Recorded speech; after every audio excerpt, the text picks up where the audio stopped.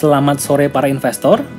Hari ini 11 Februari 2021, Ngopi Sore akan membahas pergerakan pasar pada hari ini. Lokal batal jual.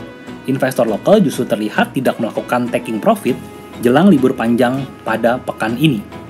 IHSG justru menguat di akhir dari perdagangan bursa di minggu ini.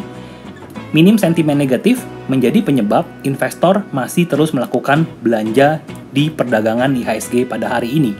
Transaksi yang relatif sepi dan kasus baru di Indonesia mengenai COVID-19 yang melandai selama 3 hari beruntun menambah confidence para investor.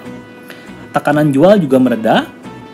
Secara teknikal, IHSG berpeluang melanjutkan penguatan ke level 6.300 di hari Senin.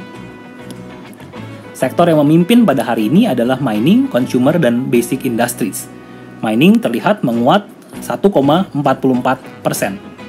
IHSG di perdagangan pada hari ini sempat menguat sampai dengan ke level 6.232. IHSG terlihat cukup bertahan di zona positif mulai dari sesi 1. Dan di akhir sesi, IHSG bertahan menguat ke level 0,33%. Transaksi pada hari ini memang relatif cukup sepi, yakni sebesar 10,5 triliun. Saham yang paling aktif diperdagangkan pada hari ini yakni Aneka Tambang, Vale Indonesia, Bank Rakyat Indonesia, Telkom Indonesia, dan juga Bank Sentral Asia.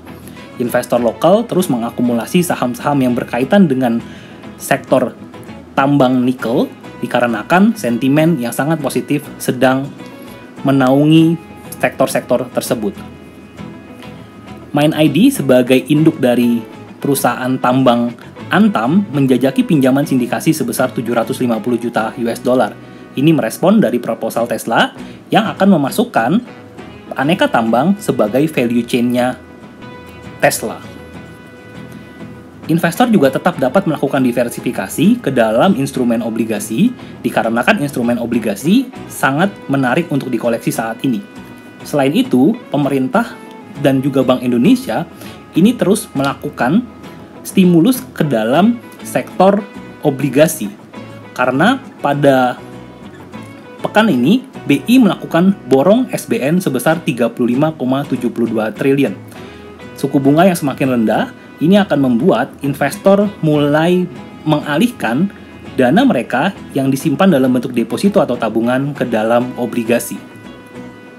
Secara teknikal, IHSG akan melanjutkan penguatan ke level 6.300-an apabila tidak terjadi breakdown pada support pendek IHSG. Terlihat IHSG berada dalam uptrend yang cukup lumayan kuat dalam jangka pendek dan secara teknikal IHSG berpeluang lanjut ke level 6.300 di pekan depan. Tetap manfaatkan momentum pada saat koreksi dan lakukan diversifikasi untuk portofolio Anda. Sampai jumpa, terima kasih. Lakukan investasi secara berkala dan sesuaikan dengan profil risiko Anda. Terima kasih.